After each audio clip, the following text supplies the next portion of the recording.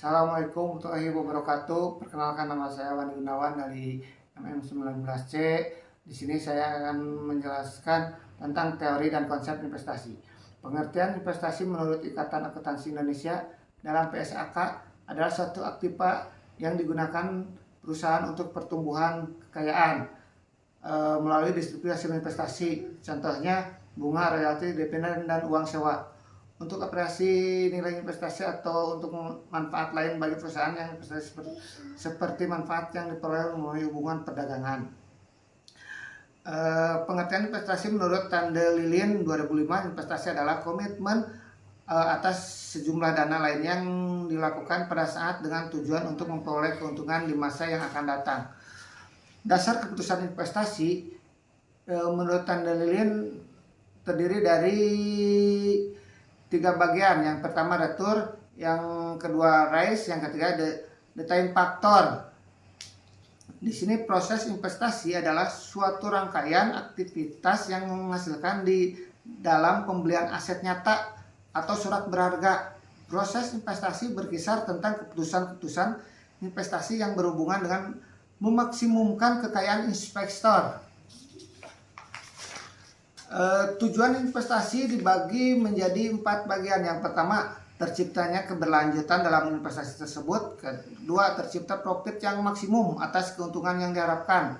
Ketiga, terciptanya kemakmuran bagi para pemegang saham. Yang keempat, turut memberi adil bagi pembangunan bangsa. Di sini ada langkah-langkah dalam proses investasi. Yang pertama, pengetahuan tentang pengembalian dan risiko investasi. Yang kedua, mengetahui sikap investor terhadap risiko. Ketiga, mengetahui dari setiap tipe surat berharga atau aset yang tersedia untuk investasi, termasuk pengembalian yang diharapkan dan risiko yang berhubungan dengan tipe aset atau surat berharga tersebut. Keempat, memilih beberapa surat berharga atau aset yang dapat memberikan suatu pengembalian dan risiko yang dapat diterima berdasarkan kebutuhan-kebutuhan dari investor tertentu. Kelima, mengukur dan mengevaluasi kinerja. Di sini ada 4 jenis investasi. Yang pertama, kas atau tunai. Yang kedua, pendapatan tetap. Ketiga, saham. Yang keempat, aset fisik. Di sini ada tipe investasi. Yang pertama, investasi tidak langsung dan investasi langsung. Kalau investasi tidak langsung adalah investor, investasi langsung adalah aktivitas keuangan. Jadi investor, perusahaan investasi, dan aktivitas keuangan. Resiko investasi dibagi menjadi 10 bagian. Yang pertama, risiko tingkat bunga, daya beli karena inflasi. Ketiga, risiko pasar.